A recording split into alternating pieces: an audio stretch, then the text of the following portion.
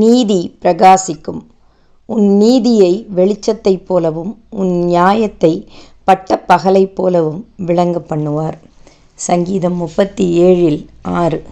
இன்றைய சமுதாய சூழலில் உண்மை, உத்தமம் என்பவை மற்றவர்களை மகிழ்விக்கும் விஷயங்களாயிராமல் மற்றவர்களால் தொந்தரவாக எண்ணப்படுகின்ற நிலையே உள்ளது. ஒரு முறை முக்கியமான காவல்துறை அதிகாரி ஒருவர் லஞ்சம் கையூட்டு சாயாமல் சமுதாய குற்றம் புரிந்த ஒரு கூட்டத்தினரை கையும் களவுமாய் பிடித்து நீதிக்கு முன் நிறுத்தினார். ஆனால் அவருடைய துணிச்சலான நேர்மையான நடவடிக்கையை மேலதிகாரிகள் பாராட்டவில்லை. அவருடைய நேர்மையும் உண்மையும் தங்களுக்கு பிரச்சனை ஏற்படுத்தும் என எண்ணி பொய்யான காரணங்களை கூறி அவரை இடமாற்றம் செய்தனர். அவருக்கும் அவருடைய குடும்பத்திற்கும் தேவையான தொந்தரவுகள் ஏற்படுத்தப்பட்டன. உண்மையும் உத்தமமும் உடையவர்களாய் மன நேர்மையுடன் வாழ்கின்றவர்கள் வெகு சிலரே. அந்த வெகு சிலரும் தங்களின் உண்மைமிகு வாழ்க்கைக்கு உரிய மரியாதை உடனே பெற்று விடுவதில்லை.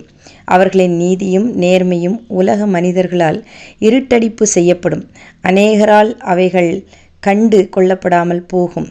உண்மையும் உத்தமமாய் ஒருவன் வாழ்ந்தும் கூட அவைகள் பெரிய விஷயங்களாக பிறரால் கருதப்படாமல் சாதாரணப்படுத்தப்படும் பொழுது அவன் தனக்குள் சில கஷ்ட உணர்வுகளை அடைகின்றான்.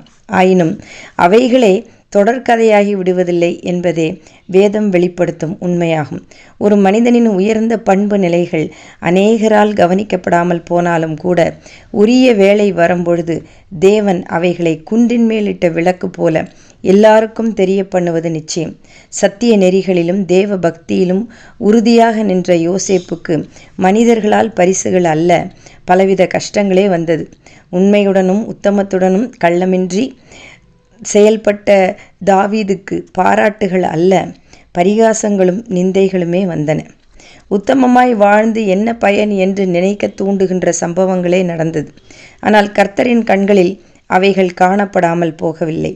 தேவன் ஒரு நாள் அவர்களின் உத்தம நிலைகளின் மேன்மைகளை எல்லாருக்கும் பார்த்து பாராட்டத்தக்க சூழ்நிலைகளை, கட்டாயங்களை உருவாக்கினார். அவர்களின் நீதியை பலர் நடுவில் பிரகாசிக்க செய்தார். சிந்தனைக்கு, உண்மையுள்ளவனை உலகம் ஆவலாய் எதிர்பார்க்கின்றது. அவன் வந்துவிட்டாலோ அவசரமாய் அவமதிக்கின்றது. ஆமேன்.